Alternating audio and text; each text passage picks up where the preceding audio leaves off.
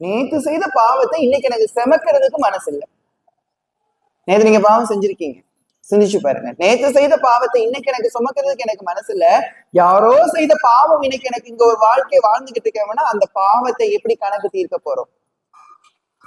சொந்தம் எல்லாம் நீ என்று பேச்சு, ஊரும் ஊரும் வெள்ளம் தினந்தோறும் ஏச்சு. சொந்தம் பந்தம் எல்லாம் நீதான் என்று என்னோட பேச்சு, நான் பேசுறதெல்லாம் நீதான் என் சொந்த பந்தம் என் பேச்சு. ஊரு உறவெல்லாம் தினமும் இனி ஏசுது.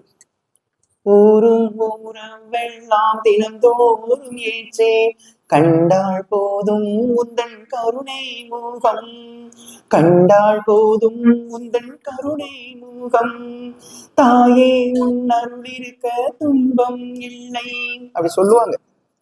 தாயோட தயவு இருக்கும் போது துயரம் இல்லை. அவள் முகத்தை கண்டிட்டாச்சுன்னா நமக்கு கவலை இல்லை. நான் நிறைய பேரை பார்க்கும்போது எனக்கு இன்னும் விளையாட்டு தன்மை உங்களுக்குள்ள நிறைய இருக்குது. நீங்க வந்துட்டு கண்டிப்பா சொல்றேன், இறந்தும் பேயா தெரியக்கூடிய கூட்டங்கள் இங்க நிறைய பேர் இருக்கீங்க. ஏன் அப்படி சொல்றேன் அப்படி சொன்னீங்கன்னா, நம்ம வந்திருக்கிற இடம் வந்துட்டு மிக அற்புதமான ஒரு இடம். தாயை பார்க்க வந்திருக்கிறோம். சுயநலம் இல்லாம வாழ முடியாது. கொஞ்சம் சுயநலம் இருக்கட்டும், ஆனா சுயநலமே ஆன்மீகமாக மாறிடாம, சுயநலம் இல்லாம எப்படி வாழ முடியும்? இருக்கணும், சுயநலம் இருக்கணும். ஆனா சுயநலமே வாழ்க்கையா மாறிடுச்சுன்னா, ஆன்மீகமா மாறிடுச்சுன்னா அங்க தவறுகள் வர ஆரம்பிச்சிடும். உங்களோட பிரார்த்தனை தப்பா மாறிடும். சுயநலம் இருக்கட்டும், என் முன்னாடி நல்லா இருக்கணும், என் புருஷன் நல்லா இருக்கணும், என் குடும்பம் நல்லா இருக்கணும், இருக்கட்டும், ஒண்ணு நல்ல விஷயம். ஏன்னா அவங்க நல்லா இருந்தா தான் நம்மளும் நல்லா இருக்க முடியும். அதனால இருக்கட்டும். ஆனா நல்லா இருக்கிற அவங்களுக்கு இன்னும் நிறைய சொத்துகள் சேர்க்கணும், இன்னும் நிறைய விஷயங்கள் பார்க்கணும் அப்படின்னு சொன்னீங்கன்னா அது பாவம் ஆயிடும். பாவ செயல்களை நம்ம தொடர்ந்து செய்ய ஆரம்பிச்சிடுவோம். பாவ செயல்களை செய்ய ஆரம்பிச்சிட்டோம்னா அதுக்கடுத்து எப்படி புண்ணிய செயல்கள் வரும்? புனிதமான செயல்கள் எப்படி வரும்? இன்னைக்கு நம்ம கோயிலுக்கு வந்தோம், புனிதமான ஒரு இடத்துக்கு நம்ம வந்திருக்கிறோம். ஆனா புனிதத்தை நம்ம உணர்ந்திருக்கிறோமா? புனிதமான ஒரு செயல் பார்த்துட்டு புனிதத்தை நம்ம உணர்ந்திருக்கிறோமா அப்படின்னு கேட்டா இல்ல. அம்மா வந்துட்டு கோவிலுக்கு சீக்கிரமா வாங்க சீக்கிரமா வாங்கன்னு சொல்லுவாங்க. நிறைய பேருக்கு வந்து பாத்தீங்கன்னா அது என்னன்னே புரியுறது கிடையாது. அம்மா வந்துட்டு சீக்கிரமா வாங்க, பூஜை பாருங்க.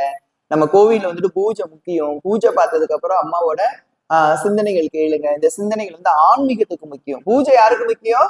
நமக்கு முக்கியம். சிந்தனைகள் ஆன்மீகத்துக்கு முக்கியம். அதுக்கப்புறம் தான் அருள்வாக்கு.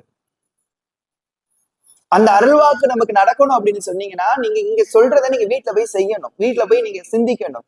அம்மா ஒவ்வொரு வாரமும் ஒவ்வொரு விஷயங்கள் சொல்லிட்டு இருக்காங்க, அதை வீட்டுல போய் நம்ம கண்டிப்பாக கடைபிடிக்கணும். நிறைய தடவை உங்களுக்கு சொல்லியிருக்கிறேன். அம்மாவை நம்ம கும்பிட ஆரம்பிச்சிட்டோம்னா எந்த குறைகள் வராது. அவ என்னனாலும் செய்யட்டும், அவ எப்படினாலும் நம்மளை வந்துட்டு என்னனாலும் பண்ணட்டும். ஆனா அவளை கும்பிடுறது மட்டும் நம்மளோட வேலையா வைங்க. உங்களோட பலன் எப்படி கிடைக்குதுன்னு பாருங்க. தெய்வத்தை கும்பிட்டு